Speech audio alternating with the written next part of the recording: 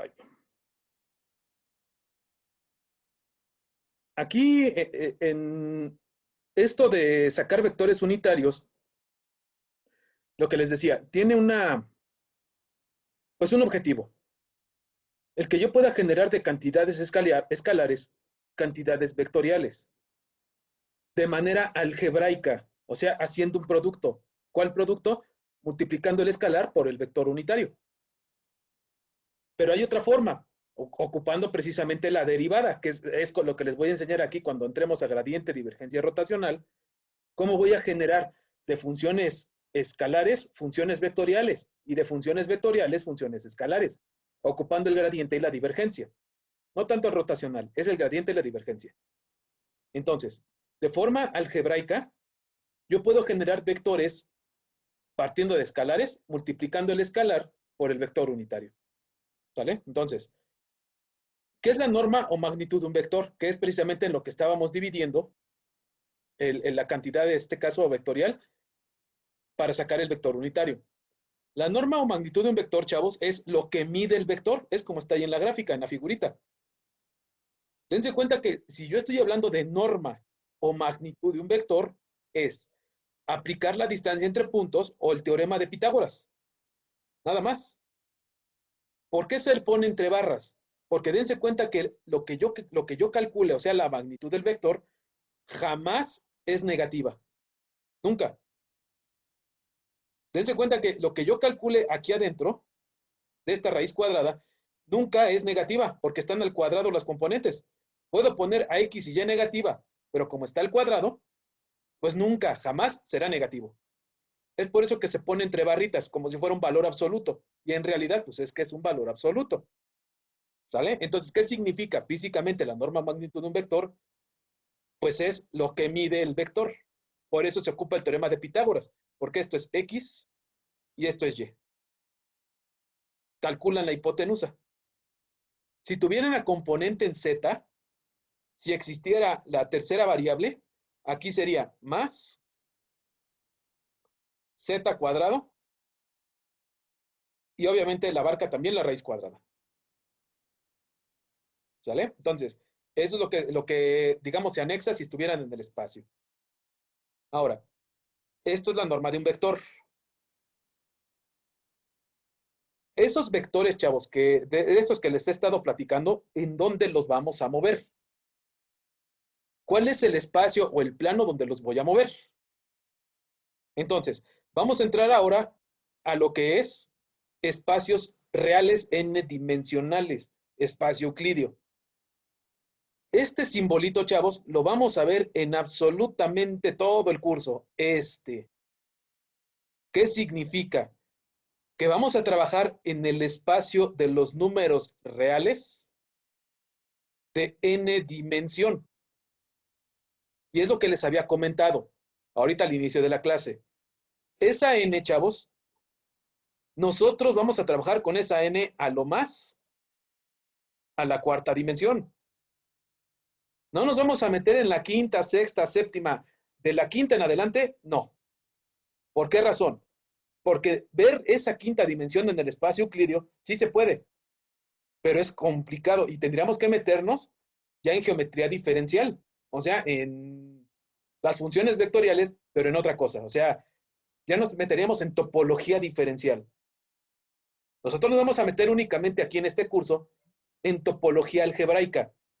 Topología diferencial no nos vamos a meter. ¿Por qué? Porque no nos compete. Entonces, nosotros nos vamos a meter en esta n a lo más hasta 4, la cuarta dimensión, espacio-tiempo. Entonces, ahí está lo que significa este simbolito, chavos. La R doble quiere decir que vamos a trabajar en el espacio de los reales n-dimensional. ¿Sale?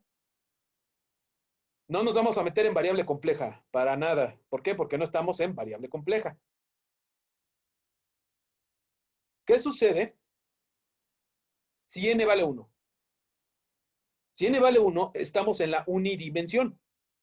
Entonces, si estoy en la unidimensión, yo tengo esto. Esa partícula se mueve en una línea recta o para arriba.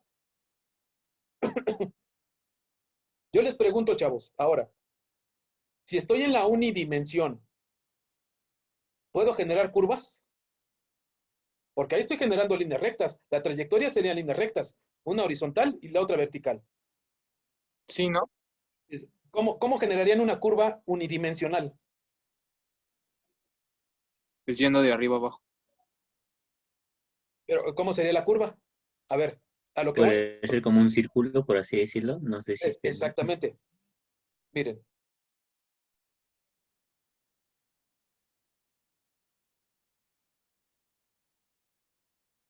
Podría yo hacer, o no hacer, sino considerar esta curva en la unidimensión. No. No. No, no es cierto, no es cierto, porque habla de una sola dimensión, o sea, solo X o Y. Y si ya sube, pues ya está entrando en Y, ¿no? Eso es a lo que íbamos, a lo que iba Ajá. más bien. Sí, ok. Para yo generar esa curva, ¿qué función necesito? ¿Cuál es la función que genera esa curva? X cuadrada. Exactamente, x cuadrada. X cuadrada es igual a ¿qué? Allí. Ahí está. Miren, para yo generar esta curva, yo necesito esto.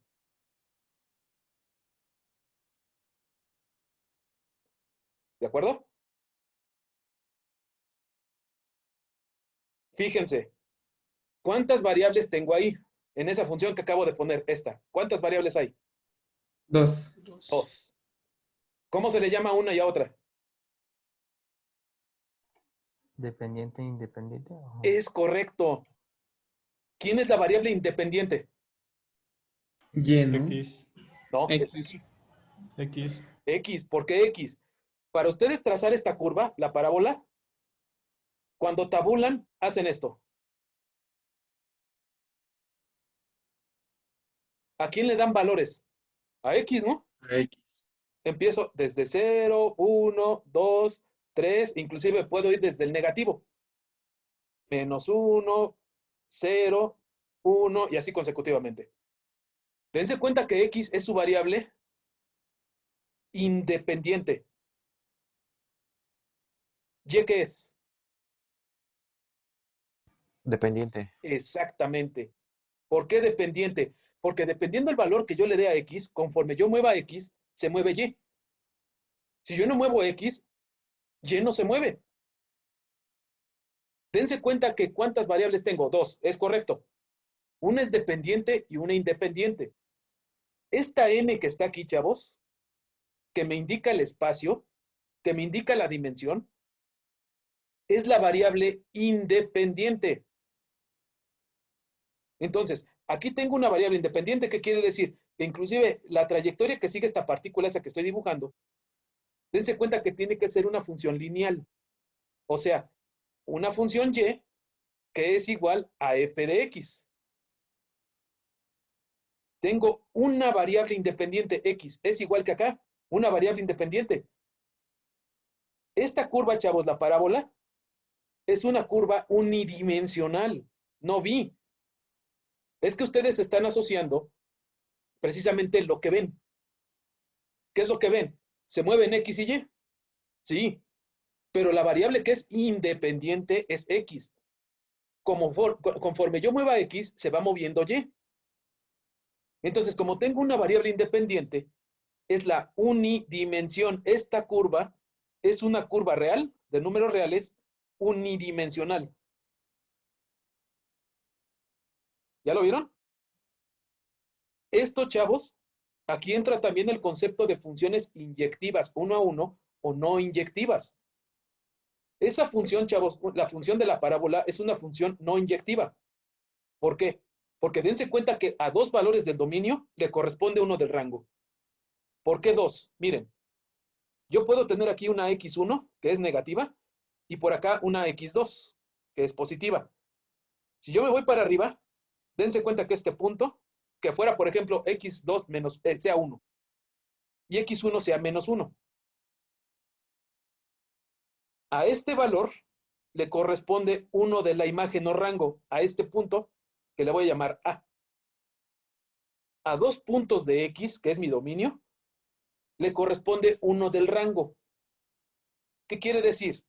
Que esa función es no inyectiva, no es una función 1 a 1. Una función inyectiva es una función tal que es 1 a 1. Una función del dominio le corresponde a una del rango.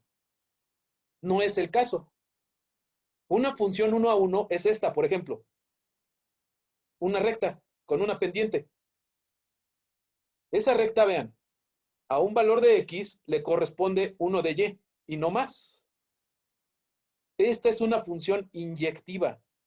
Esta función es no inyectiva. Pero ambas funciones, chavos, están en la unidimensión porque tienen únicamente una variable independiente. ¿Sale? ¿Qué sucede ahora si n vale 2? Ya me voy a la bidimensión. Ahí está. Ya visualizo mis ejes X y Y. Voy a poner un punto en el plano, en el primer cuadrante. Yo voy a poder llegar a ese punto, chavos, al punto que yo tengo ahí, con una infinidad de caminos. Desde el camino más corto, que es la recta, puedo entrarle por abajo con una curva, por arriba, o puedo llegarle por una trayectoria muy larga. Y llego al mismo punto. Entonces, para llegar a ese punto, chavos, yo tengo un montón de funciones, una infinidad de funciones, desde una función lineal, que es la mínima, hasta funciones no lineales, todas las curvas que están ahí. Pero esas funciones tienen que tener esta estructura.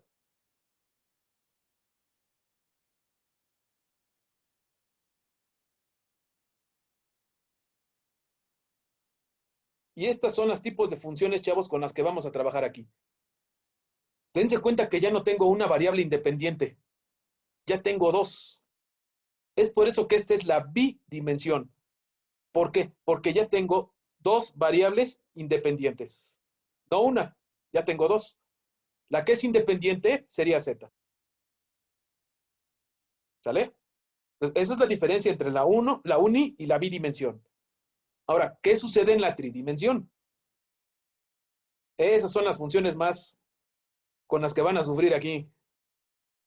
Tengo el espacio. Tengo un punto en el espacio.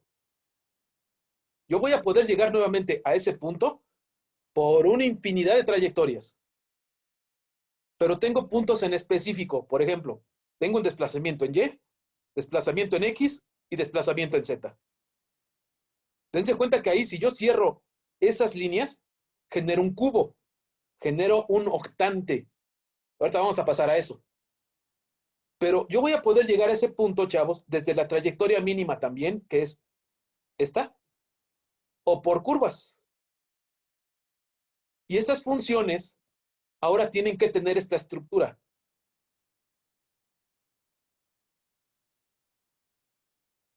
X, Y, Z. Ahí está. Dense cuenta que las variables van creciendo, la función va creciendo. Entonces, ahí es lo que vamos a ver en topología, chavos, qué es lo que sucede con nuestro dominio, qué es lo que sucede con nuestra superficie o qué es lo que sucede con nuestro punto, qué sucede con la vecindad. Son conceptos que vamos a ver en topología antes de entrar al límite y continuidad. Y recuerden ustedes que límite y continuidad es lo que se ve, digamos, inmediatamente después de que ven funciones en cálculo de una variable. Aquí es al revés. Primero voy a ver, tenemos que ver topología, después vemos límite y continuidad, y después vemos funciones. Y una vez que veamos funciones, el primer tema que vamos a ver aplicado al cálculo es la derivada. Después, ¿qué vamos a ver? La integral. Entonces, esas derivadas, chavos, que vamos a ver aquí son derivadas parciales porque dependen de varias variables independientes. Y las integrales que vamos a ver son las integrales curvilíneas, que son de una variable independiente, pero de funciones vectoriales, integrales dobles e integrales triples. Entonces, ese es el orden que vamos a llevar aquí en el curso, chavos. Primero, vamos a ver esta parte que es conceptos básicos de vectores.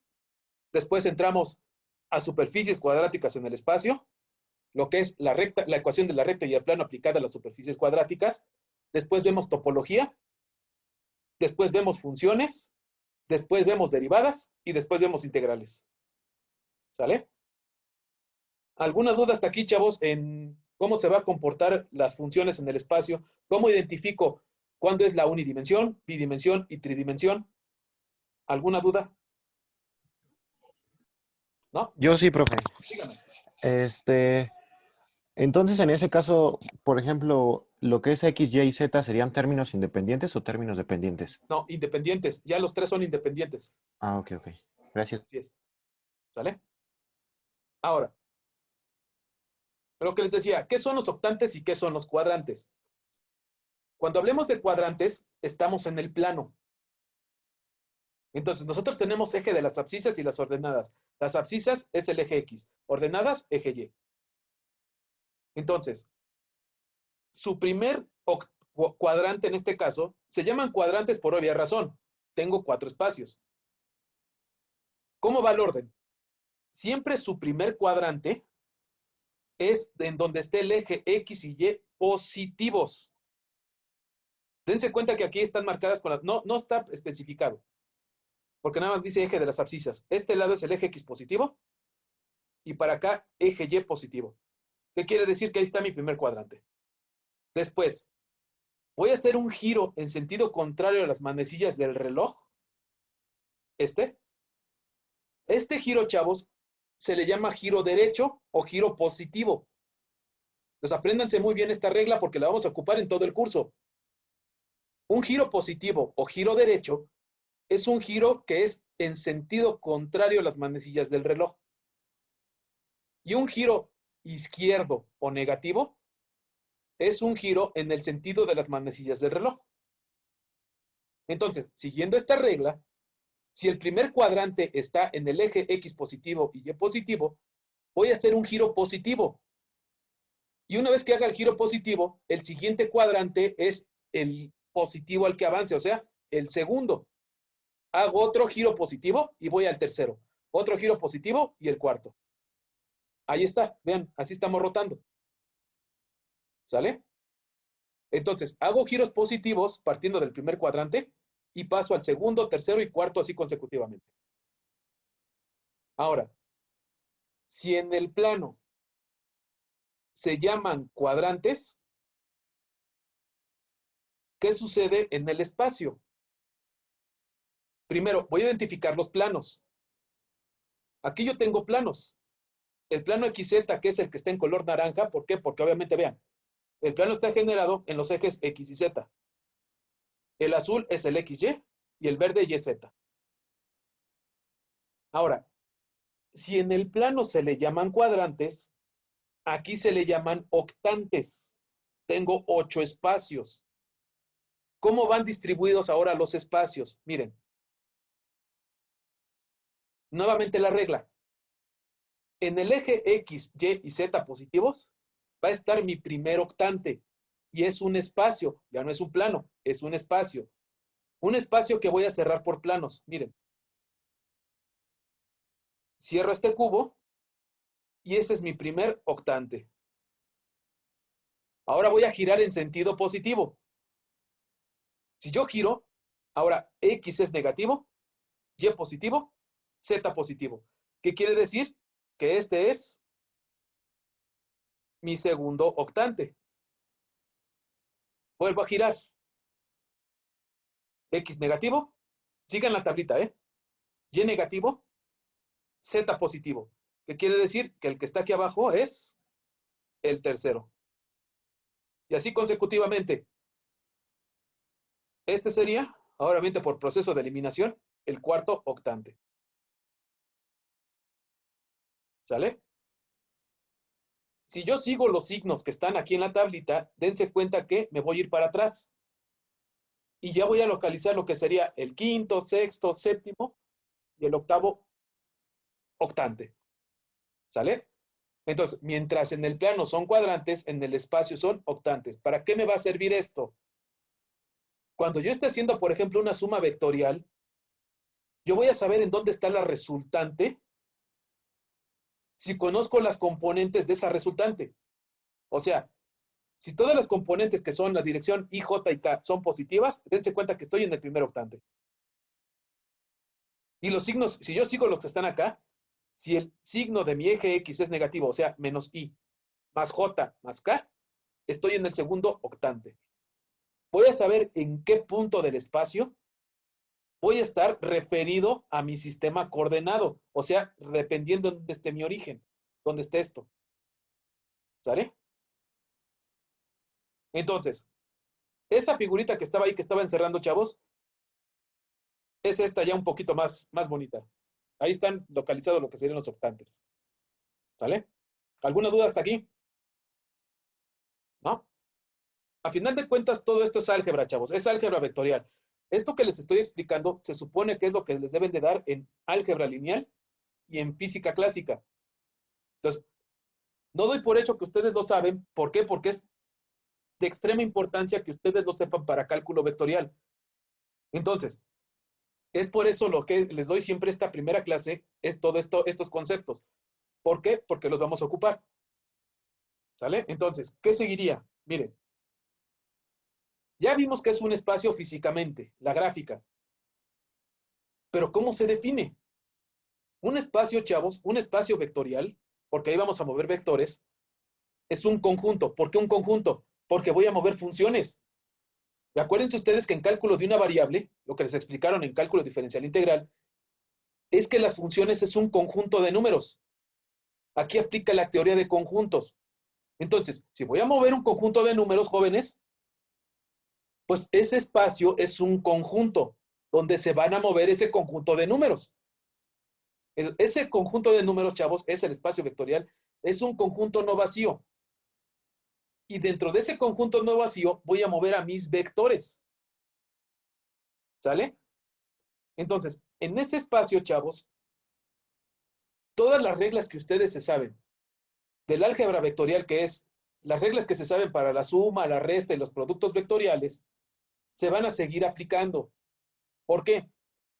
Porque si yo ya me voy a la n dimensión, donde n es mayor a 5, la décima dimensión, por ejemplo, ya no son vectores. Ya estoy hablando de cantidades tensoriales, son tensores. Esos tensores, chavos, como dependen de un montón de variables independientes, y todas son independientes, ahí las operaciones que nosotros consideramos, por ejemplo, el producto cruz, todas las reglas que se cumplen para que nosotros ocupamos para sacar un producto cruz ya no se cumplen en ese tipo de espacios. Ustedes dirán, pues, ¿qué tipo de espacios son? Mientras nosotros estamos trabajando en el espacio euclidio, si yo ya me voy a la n dimensión, podría trabajar en el espacio de Minkowski, por ejemplo, que es en el espacio que trabajó Albert Einstein. Podría trabajar en el espacio de Banach, en el espacio de Sobolev. Son espacios en los cuales van a mover tensores, pueden mover varias variables. Y hasta se oye chistoso, chavos, pero hay un espacio que, si bien recuerdo, es el espacio de Banach, que es en el único que he trabajado. En ese espacio, ustedes pueden representar, por ejemplo, la quinta, sexta dimensión en un plano. Ustedes dirán, pues, ¿cómo rayos voy a representar en un plano 6 variables? Ese plano, chavos, si ustedes tienen curiosidad, busquen el plano pi. Así, pi, como tal, la letra griega. Pi. Si ustedes buscan el plano pi, ustedes se van a encontrar que ese plano, en ese plano, van a poder representar la n dimensión, pero de funciones tensoriales. Más bien ya ni son funciones, son función de funciones. Entonces, en ese plano, chavos, que es un plano bastante complicado trabajar en él, se puede representar la n dimensión. Y si ustedes digamos, son curiosos y se meten, pues, ¿qué se refiere el profe con esos personajes? Que es el espacio de Banach, Sobolev, de Hilbert. Si ustedes los llegaran a buscar, se van a dar cuenta desde la notación, que es la notación que utilizó Albert Einstein, que es la notación de Einstein que se conoce, es una notación bastante compleja, es bien complicada. Esa notación, chavos, al menos yo como soy ingeniero, yo no la entendí. Yo trabajé precisamente con los maestros que trabajé, con los doctores que trabajé en mi posgrado, fueron matemáticos y físicos, pues ellos sí, ahí a todo dar me explicaban en su pizarrón, no, es que significa esto y lo metes al plano pi, que la notación dice que tú tienes tus componentes covariantes, tus componentes contravariantes, que se denota así, miren, se denota con una letra. Por ejemplo, una A es mi función principal. Y tenían componentes covariantes y contravariantes. ¿A qué se refiere? Subíndices y superíndices al mismo tiempo. O sea, aquí puedo meter I, J, K. Y acá puedo meter A, B, C. Y luego, esa es la variable. Y de aquí se arrancan. Esto es igual a un montón de letras, que es lo que les digo que es bien complicado de entender. Esa es la notación de Einstein. Esa notación, chavos, si ustedes busquen análisis tensorial o álgebra tensorial, y se van a dar cuenta que es bien complicado de entender. Entonces, al menos un servidor lo traté de entender a lo más tensores de segundo orden, o sea, agarrando estos dos números, esas dos letras, y la verdad no le entendí. Yo le entendí a lo más hasta una letra, o sea, hasta la A y a la I. ¿Por qué? Porque es bien complicado, extremadamente complicado, chavos. Eso nada más lo entienden los físicos y los matemáticos, se los aseguro. Que son las funciones, no funciones ya, son tensores, los cuales les representan, digamos, físicamente la realidad. ¿Por qué la realidad? Porque en la realidad, ¿cuántas variables tienen, chavos? Razonen, ¿cuántas variables tienen? Espacio-tiempo, empezamos desde ahí. Tienen temperatura. Donde están ustedes ahorita, están a cierta temperatura. Hay cierta humedad en el ambiente. Hay cierta densidad del aire. Tienen demasiadas variables, chavos. Desgraciadamente o afortunadamente, dependiendo cómo lo veamos, en la realidad existen muchas variables. Y gracias a esas variables, chavos, es de que este tipo de análisis, llevarlos a la realidad, es un poquito complicado. Es por eso que nosotros como ingenieros, a nivel ingeniería, todo es bajo norma. Ustedes hacen un diseño de un dispositivo, una máquina, un elemento de máquina, un puente, una casa. Cuando ustedes hacen ese tipo de diseños, son bajo norma. Esas normas alguien las hizo.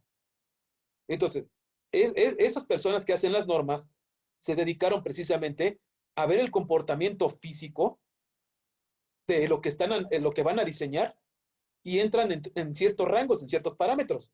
No es de que alguien llegue y se saque de la manga una norma. No, sacar una norma es algo complicado. ¿Por qué? Porque hay que meterse en un montón de análisis y análisis matemáticos. Entonces, uno como ingeniero se basa en normas. Pero ¿qué sucede, chavos? Si ustedes, les pongo este ejemplo. Si ustedes ya tienen su empresa, están en empresa propia, ustedes hacen sus diseños. ¿Qué sucede si les llega un cliente y les dice, yo quiero que me diseñes, por ejemplo, cierto recipiente a presión? Pero si ese recipiente a presión que quiere el cliente se sale de su norma, de la norma que ustedes están basando, pues ustedes se van a tener que fletar a hacer todo el cálculo, a hacer el análisis desde cero, a hacer su diseño desde cero. Porque es bien fácil agarrar la norma y decir, pues aplico las ecuaciones que vienen en la norma, me dan las dimensiones, me dan las presiones que va a soportar, temperaturas y se acabó. Tipo de soldadura, tipo de geometría y listo. Aplican el formulazo. Pero ¿qué sucede si el cliente les llega con un diseño algo caprichoso, por así decirlo? Pues ustedes van a tener que diseñar desde cero. Y afortunadamente nosotros los politécnicos, chavos, le entramos a eso.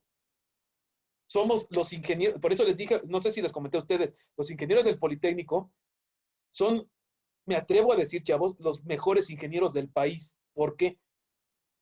Porque el Politécnico es más, es como el nombre de la institución, es muy técnico. Nosotros nos vamos al diseño directo, al diseño real. Nosotros no somos como las escuelas particulares en las cuales se meten más al área administrativa.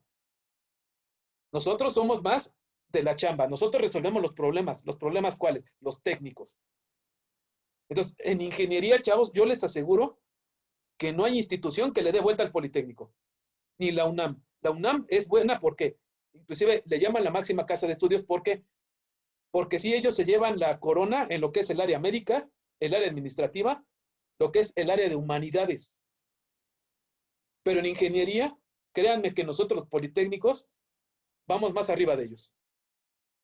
Entonces, chavos, aquí le vamos a parar por hoy y en la siguiente clase ya vamos a ver lo que es, déjenme ver aquí. Ya vamos a entrar en problemas, ya para que no se me duerman también. Vamos a ver lo que es suma y resta vectorial, lo que son las operaciones. Esto lo vemos de volada. Suma, resta y los productos. Y vamos a ver cómo lo vamos a aplicar a cómo vamos a generar ciertos vectores si tengo escalares. En el plano no hay problema. Sacamos componentes ortogonales y se acabó. Genero vectores. Pero ¿qué sucede cuando me voy al espacio? Cuando me voy al espacio y no tengo los cosenos directores, ahí es donde ustedes se topan con problemas. Entonces, eso de que yo genere vectores en el espacio únicamente si tengo, por ejemplo, la norma del vector, sin cosenos directores, no conozco cosenos directores, tengo que trabajar con todos los conceptos que les he explicado hasta el día de hoy. Lo que es vector unitario, norma de vector, cuáles son las componentes de vector, y ahora sí les voy a enseñar cómo genero el vector. ¿Sale? ¿Alguna duda hasta aquí, jóvenes? No se me espanten en todo lo que les acabo de platicar. Todo lo vamos a ver poco a poco, menos la n dimensión. Esa sí no nos vamos a meter ahí. ¿Sale? Ok, profesor. ¿Alguna duda? Todo bien, profe. ¿Todo bien? No, profesor, ninguna duda. Dale, chavos. Todo bien, profe. Entonces, no les jalé. La siguiente clase les voy a pasar el enlace del Drive, en este caso el enlace para que descarguen